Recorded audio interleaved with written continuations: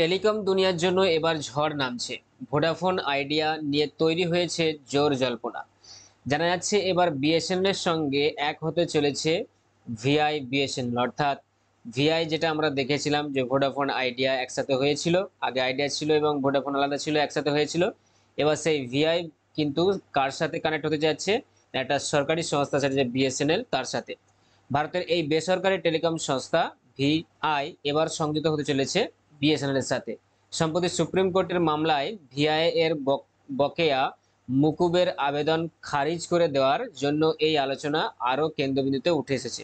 অর্থাৎ কিছুদিন আগে আমরা খবর পেয়েছি যে আমরা অনেকেই শুনছিলাম যে ভিআই নাকি বন্ধ হতে চলেছে, ভিআই আর থাকবে না, কারণ সুপ্রিম কোর্টে তাদের অনেক ঋণ বাকি আছে, লোন বাকি আছে, আর তাদের এই বকেয়া আবেদন যেটা করেছিল ওরা খারিজ করে দেওয়া হয়েছে, যার জন্য আমরা অনেকে খবর শুনছিলাম যে ভিআই কিন্তু বন্ধ হয়ে যেতে পারে। তো সেই ভিআই কিন্তু এবার আরো একটা খবর পাওয়া যাচ্ছে, সেই ভিআই যুক্ত হতে চলেছে একটি ভারতীয় সংস্থা, আমরা যেটা জানি বিএসএনএল, সেই বিএসএনএল সংস্থার সাথে কিন্তু এবার সরকারি সংস্থা তার সাথে যুক্ত হতে চলেছে। এবার এই বিএসএনএল এর সাথে ভিআই যুক্ত হলে আমাদের কাস্টমারদের অর্থাৎ গ্রাহকদের উপর কি প্রভাব পড়বে সেই বিষয়ে কিন্তু আজকে এই ভিডিওতে আমি আলোচনা করতে চলেছি, বা আপনাদের কাছে একটা তথ্য তুলে ধরতে চলেছি যে কি হবে যদি ভিআই এবং বিএসএনএল একসাথে হয় এবং কি কি কারণে হতে চলেছে, বা কেন ভোডাফোন এরকম, ভোডাফোন আইডিয়া তো ভিআই কেন বিপদের মুখে পড়েছিল, যার জন্য এই পদক্ষেপ নিতে চলেছে। তো সেই সমস্ত তথ্য আজকে এই ভিডিওতে আমি এক এক করে আপনাদেরকে জানাবো। তো অবশ্যই আপনারা ভিডিওটা প্রথম থেকে শেষ পর্যন্ত দেখে যান। তো চলুন আর বেশি সময় নষ্ট না করে আমরা ভিডিওর মেন টপিকে চলে যাই। তো প্রথমে যে পয়েন্টটা আমরা জেনে নেব সেটা হচ্ছে কি বিপদের মুখে পড়েছে ভোডাফোন আইডিয়া, কেন সেই বিষয়টা আমরা একটু আগে জেনে নিই, তারপর কেন একসাথে হতে চলেছে ভিআই এবং বিএসএনএল সেটা আমরা জানি। টাইমস অফ ইন্ডিয়ার সাম্প্রতিক এক প্রতিবেদন অনুযায়ী ভোডাফোন আইডিয়ার মোট এজিআর বাবদ ঋণের পরিমাণ ৮৩,৪০০ কোটি টাকা, আর এর মধ্যে বকেয়া রয়েছে ১২,৭৯৭ কোটি টাকা এবং সুদ ২৮,২৯৪ কোটি টাকা। এমনকি জরিমানা হয়েছে ৬,০১২ কোটি টাকা, আর জরিমানার উপর আরও সুদ চাপানো হয়েছে ১১,১৫১ কোটি টাকা। তাহলে এত টাকা কিন্তু এখনো লোন বাকি আছে বা বকেয়া বাকি আছে, কার না? আমাদের ভিআই অর্থাৎ ভোডাফোন আইডিয়া। তাহলে এটা একটা তাদের বিপদের কারণ, যার জন্য তারা বিপদে পড়ে অসহায়ভাবে বিএসএনএল এর সাথে যুক্ত হতে চলেছে। আর এই বিরাট পরিমাণ আর্থিক চাপের মধ্যে পড়ে ভোডাফোন আইডিয়ার একেবারে টালমাটাল অবস্থা।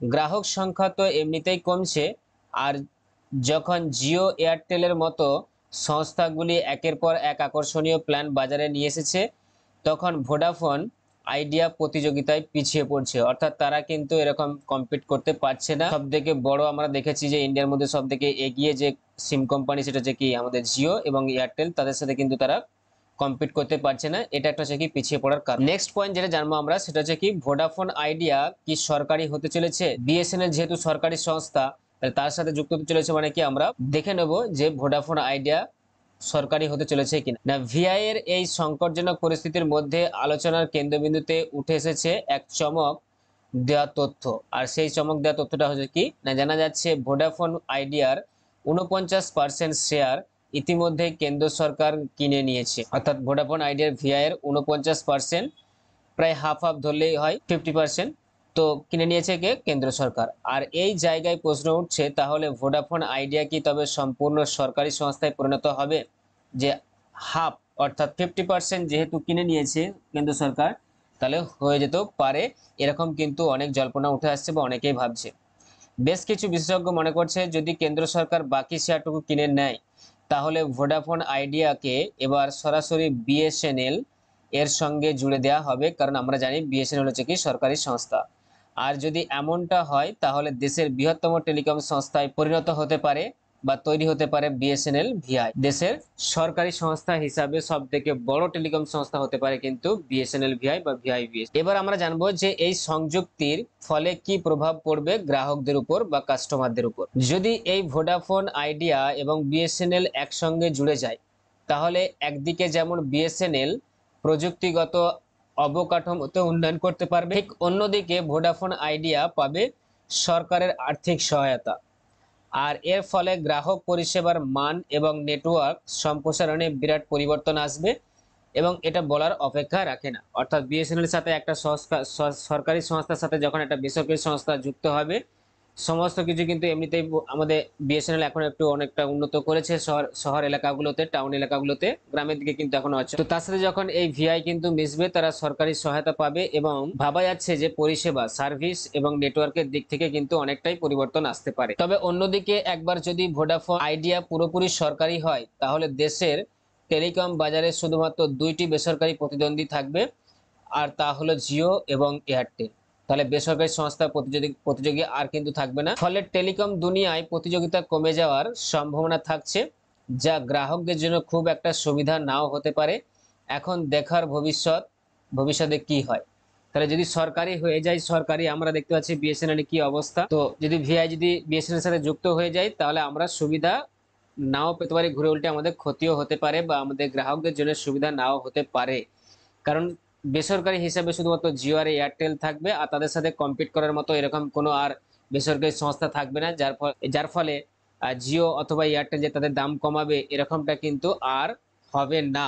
ঠিক আছে, তার মানে এখান থেকে বোঝা যাচ্ছে যে জিও এবং এয়ারটেল তাদের একচেটিয়া ব্যবসা চালিয়ে যাবে। অর্থাৎ যেভাবে এখন থেকে দাম বাড়িয়ে আসছে জিও এবং এয়ারটেল, পরবর্তীকালে দেখা যাবে যে আরো হয়তো দাম বাড়িয়ে ফেলেছে, আর আমাদের সরকারি সংস্থাগুলো এইভাবে পিছিয়ে পড়ে থাকবে। এবং তার কারণ আছে অনেক কিছু, সেই সমস্ত কারণে আমি যাচ্ছি না। বুঝতেই পারছেন আপনারা যে কেন সরকারি সংস্থা বিএসএনএল কেন উঠছে না। পারলে কিন্তু অনেক কিছুই করতে পারবে, কিন্তু উঠবে না। তো এটা জানি আমরা সবাই। তো এরকম করে যদি একচেটিয়া বিজনেস চলতে থাকে, তাহলে একসময় দেখা যাবে যে জিও আর আমাদের এয়ারটেল, হয়তো এয়ারটেলও পরবর্তীকালে পিছিয়ে যেতে পারে, শুধুমাত্র একটাই কোম্পানি থাকবে জিও, আর যেখানে আমাদেরকে হাজার হাজার টাকা করে হয়তো রিচার্জ করতে হতে পারে আমাদের মোবাইলে ভবিষ্যতে, যদি এরকম একচেটিয়া ব্যবসা চলে। এটাই ছিল আজকের ভিডিওর আপডেট।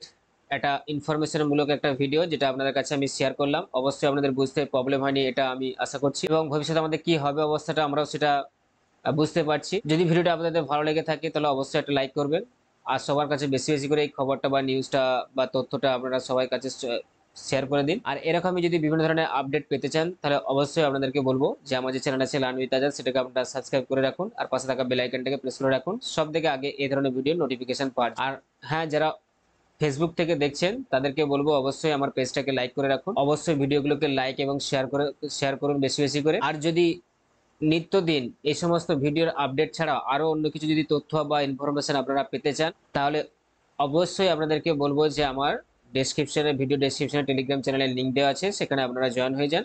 সেখানে আপনারা প্রত্যেক দিন কিছু না কিছু আপডেট পেতে থাকবেন এই সমস্ত ভিডিওগুলো ছাড়াও। তো আজকে এই পর্যন্তই, ভালো থাকুন, and thanks for giving your time. টাটা, বাই বাই।